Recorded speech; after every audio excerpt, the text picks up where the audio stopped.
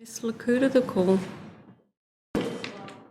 Thank you, Madam Speaker. I seek leave to make a statement regarding my retirement from the Assembly. Is leave granted? Ms Lakuta. Thank you, members, and thank you, Madam Speaker. I would like to start by saying thank you to the thousands of people who voted for me over the four ACT elections I've contested. It is an incredible honour to twice be elected as a member of the Legislative Assembly. I spent my 20s in a community in Nimbin, and it wasn't quite Lismore, Mrs Dunn, but my daughter was born in Lismore Base Hospital, so I'm nearly there, where we tried to build a better world. When I moved back to Canberra, I became involved in lots of groups and then was a founding director of Australian Ethical Investment. So for me, becoming a Greens member of the Legislative Assembly was simply a continuation of working for a better world.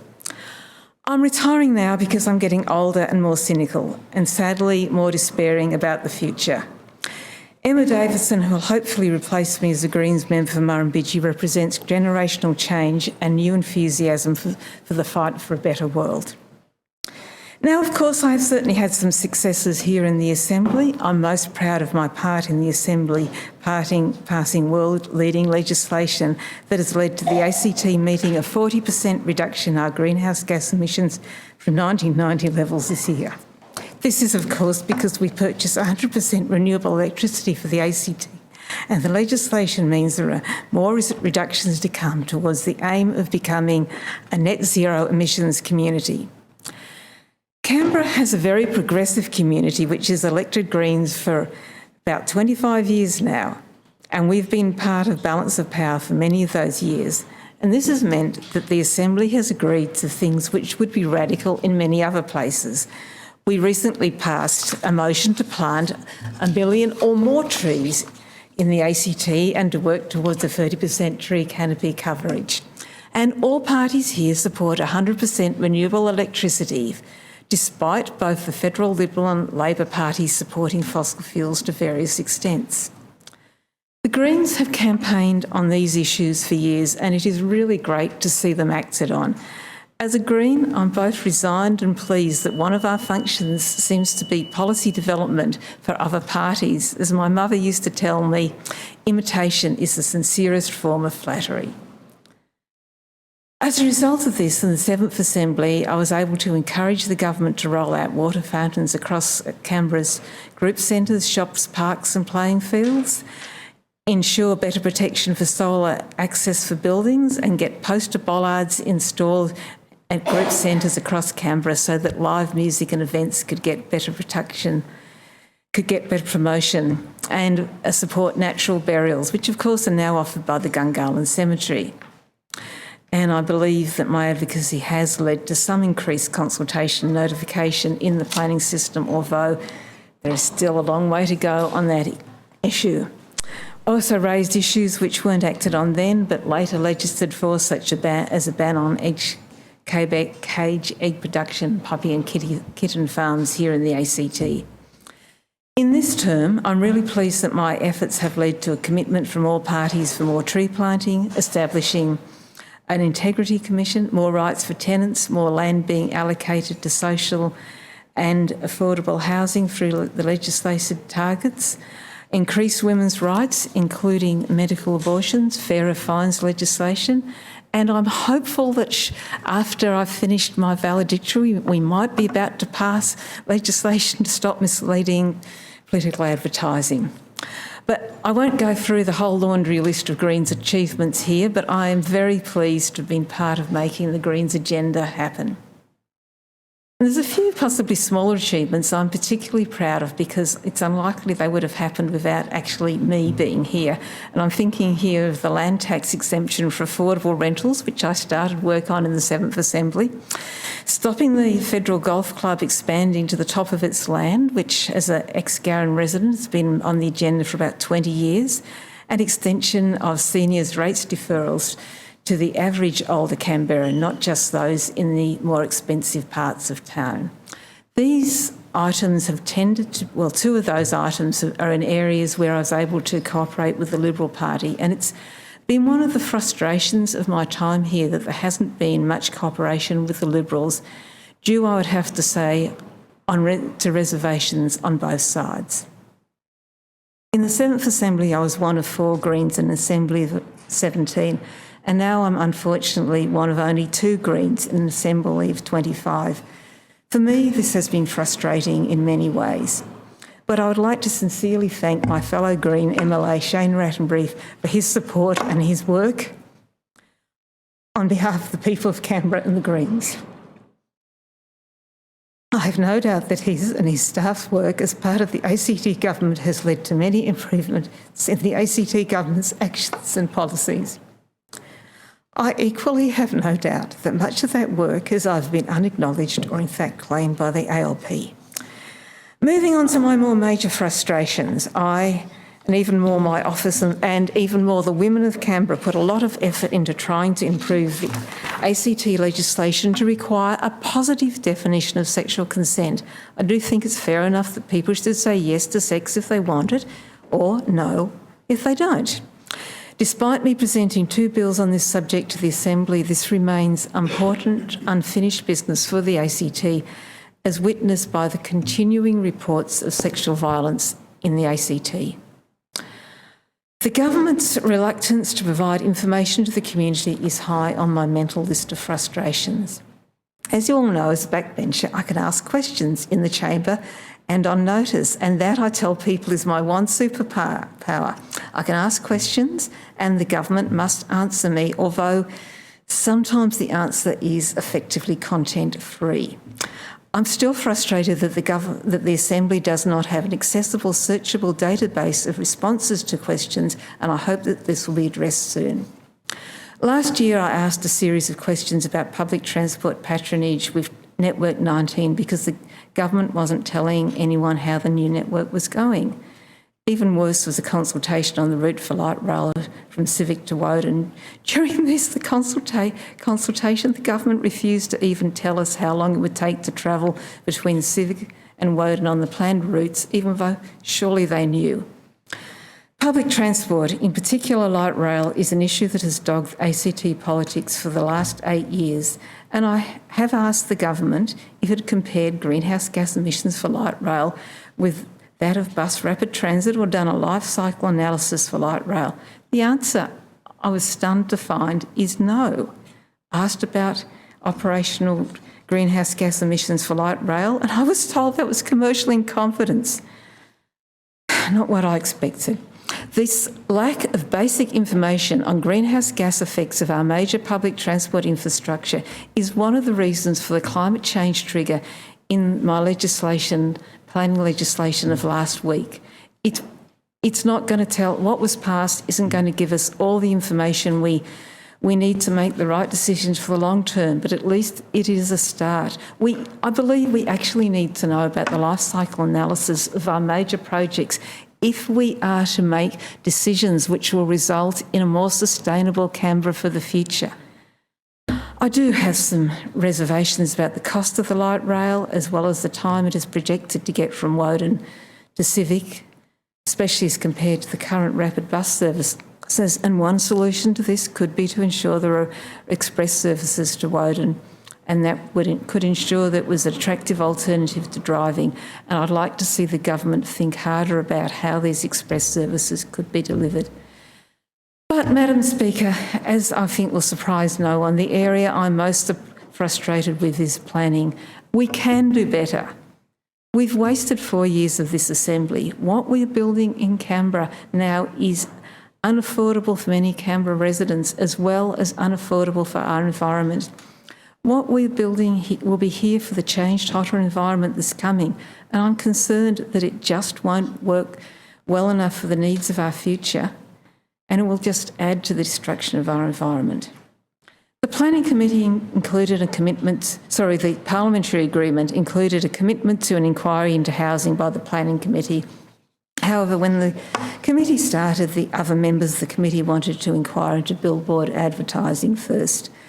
When the Planning Committee finally began to inquire into housing, the government launched the Housing Choices Citizens Jury process. That process covered many of the same topics of the Planning Committee inquiry, so the Planning Committee stopped its inquiry. The Citizens Jury reported in mid-2018 and the government agreed in principle to all of the recommendations. It then did nothing with them. This was a waste of the community's time, in my opinion, and a waste of an opportunity to build Canberra better. Along with many Canberrans, I've been frustrated to watch this kind of consultation or non-consultation. It's disrespectful to the public to involve them in consultation but disregard their feedback. And we are, as I said, we're not building a more sustainable Canberra. I don't know, I probably won't go on about this because you all know what I'm going to say. We need to build a Canberra that is affordable for the people of Canberra. It's sustainable for our environment. We're building the biggest houses, new houses pretty much in the world. But I'll leave it at that. Income inequality has been rising, not just in the ACT, but everywhere. The poor are getting poorer. I and my Greens colleagues have tried to do something about this with more affordable housing and a fairer fine system. And I believe that one reason for this issue is that politicians here and elsewhere are usually paid more than the average wage in our communities. And I appreciate the reasons for this, and the Remuneration Tribunal works out our wages. But what this does mean that we tend to lose track of how tough some in our community are doing. So I've got one radical proposal for my last speech. I think that we should say that 2 or maybe 3 terms should be the maximum anyone can serve as an MLA. In this, we would emulate one of the better features of the American system, which is a limit of 2 terms for presidents. And hopefully that will keep us all in touch, more in touch with lights outside here. As members will have heard me say many times, I stood for the Assembly because I desperately want to do something to reduce climate change, and this is an area where I'm just overwhelmed by the lack of action worldwide. Right now, the annual global average temperature is about 1.1 degrees more than pre-industrial levels, and it's on track to be 1.5 degrees hotter by 2030. It's no accident that last summer was dominated by bushfires and that last week there was an out-of-control fire in northern New South Wales despite it being officially winter. Surveys, however, tell us that most Australians think we should address climate change, and I don't know why we don't. Hopefully our young people will lead the way here.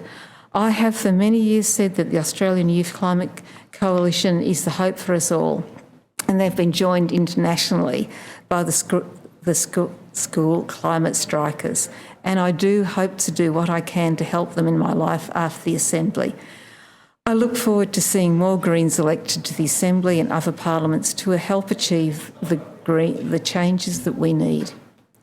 In conclusion, I'd like to thank my staff, Alison, Adriana, Eddie, Veronica and Jason, as well as Travis, Lily, Georgie and Emily, who worked with me earlier in this term, and Lisa, John and Indra, who I share with Shane Rattenbury. I'd like to thank the other Green staff, both in the Assembly and our office, and the Greens volunteers, and all the Assembly staff who keep this place running. I'd like to thank the Canberra community that I've worked with while I've been here. Most of all, I'd like to thank my husband, Guy, because without his love and support, there is no way I could be here today. I wish my fellow MLAs all the best for the election, wisdom in your decisions, and good luck in the future.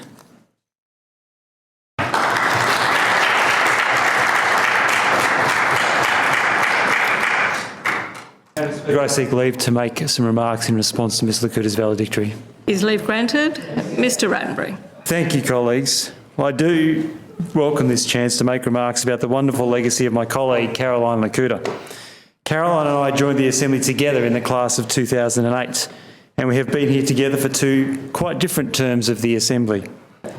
There was some mirth in our team meeting this morning when someone pointed out that Caroline was scheduled to deliver her valedictory speech at 4:20. Caroline has been an activist, an ethical investment founder and a crossbencher extraordinaire, representing everything the Greens stand for, both on the political stage and in her own life. She has thoroughly disproved the glib assumptions by carping critics that we Greens are long on ideology and short on practicality. On this and many other points, her record speaks for itself. She has served as Assistant Speaker in the Assembly and as Greens spokesperson for planning, territory and municipal services, business and economic development, housing, city services, community services and so much more. She has been on 8 different estimates committees, for which we can only offer our sympathy, and 5 different standing committees, 2 of them as chair and 1 as deputy chair. There are so many things to say about Caroline, but time does only allow for a few. I think we all know how much she understands the realities of the climate crisis and ecological destruction. She has spoken today about feeling overwhelmed by the lack of action worldwide to address the climate emergency, a feeling that many others share. Yet in the face of the climate crisis, Caroline has never wavered in her commitment to make a difference. We are immensely proud of the role she has played in the Assembly, helping to spearhead our world-leading legislation on renewable electricity and emissions reduction. She understands that although there is an immense need to change business as usual on our planet, we have to fight bit by bit, making progress step by step. The world is generally not changed in a day. She understands that a functioning modern planning system must account for climate readiness, and it should serve Canberra residents. Caroline has consistently been the member of the Assembly who has pointed out the flaws in the planning system, as well as the solutions needed to fix it. Caroline understands the importance of reaching decisions in step with our community and the best evidence before us, and she has worked tirelessly to improve planning consultation processes here in the Territory. Time and again, she has lobbied on behalf of the community for local issues such as Curtin Shops, Coolman Court, Red Hill and Downer Shops. She understands the importance of women's rights.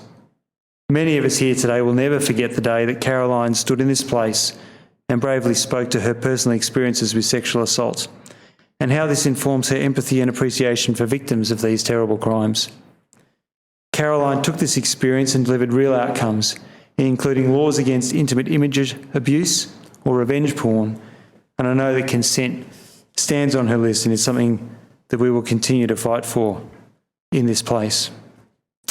Caroline understands that successful, plentiful public, community and social housing benefits everyone. Thanks to her advocacy, we have more accessible and affordable housing options than there were 4 years ago, and importantly, targets for public, community and affordable land release. In her time in this place, Caroline has played an important role as a crossbencher. Holding governments and departments to account requires real resilience and real integrity. She has achieved this while always playing the ball, not the person. Despite facing a regular barrage from others in this place, Caroline has never resorted to petty politics, and her continuing integrity has been a shining light in this place. Of course, you can't get through 8 years in this Assembly without experiencing some funny and strange moments. One of my favourite visions of Caroline is of her late night tour of the rowdy nightclubs of Brisbane as part of the Select Committee on Live Music, along with her fellow Live Music Committee members Alistair Coe and Mary Porter.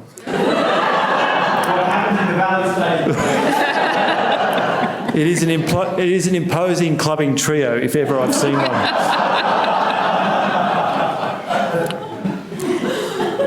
A busy woman and a fast typer, Caroline has occasionally been plagued by some amusing typos.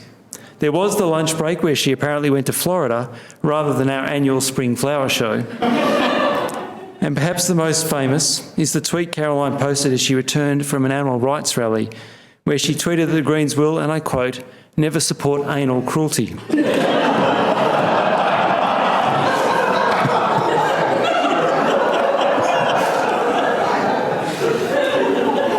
It's true, and it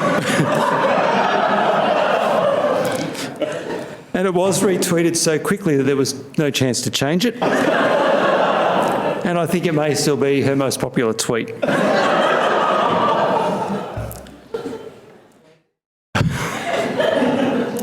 She lives her life the way she wants others to live, simply and sustainably. As part of meeting goals that contribute to the future of our planet, she catches buses to the Assembly each day and is strongly committed to a plant-based diet and bringing her own lunch each day to save packaging. One of Caroline's penchants is always to make her own lunch, vegetarian and sustainable, and it's the same every day, microwave broccoli and tofu. That means there is a daily smell of cooking broccoli wafting through the office, often lingering for the afternoon's meeting and occasionally permeating the whole floor. For many Greens staff, the smell of broccoli will forever evoke memories of their favourite MLA. These are, of course, just some of the quirks that make us love Caroline even more. a unique member who will leave her idiosyncratic legacy in the Assembly's annals or annals of history.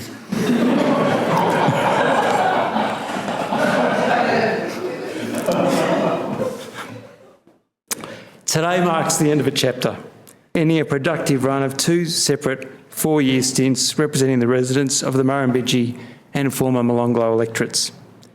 She's not yet fully decided on her next step, but we're in no doubt that it will involve an ongoing commitment to her lifelong environmental and social justice vision. She has managed to keep in simultaneous view both the wider landscape of the Greens' vision and the day-to-day detail that brings this vision into being. We will miss her unwavering commitment to the Greens and to making Canberra a better place for many years to come. Caroline, you have done the Greens and our community proud.